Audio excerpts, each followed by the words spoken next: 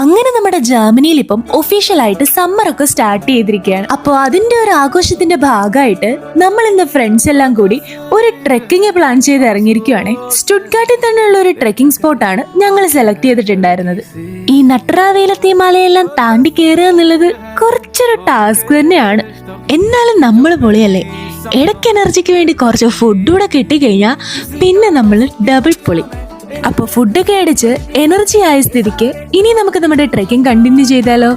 ഒരു 8-10 കിലോമീറ്റർ ഒക്കെ നടന്ന് നമ്മൾ അങ്ങ് മുകളിൽ ചെന്നപ്പോൾ കണ്ടിട്ടുണ്ടായിരുന്ന കാഴ്ച ശരിക്കും നൈസായിരുന്നു. ആ ഒരു കാഴ്ച കണ്ടപ്പോൾ നമ്മൾ കയറി ചെന്ന ആ ഒരു ക്ഷീണമൊക്കെ പമ്പ കടന്നു എന്ന് തന്നെ പറയാം.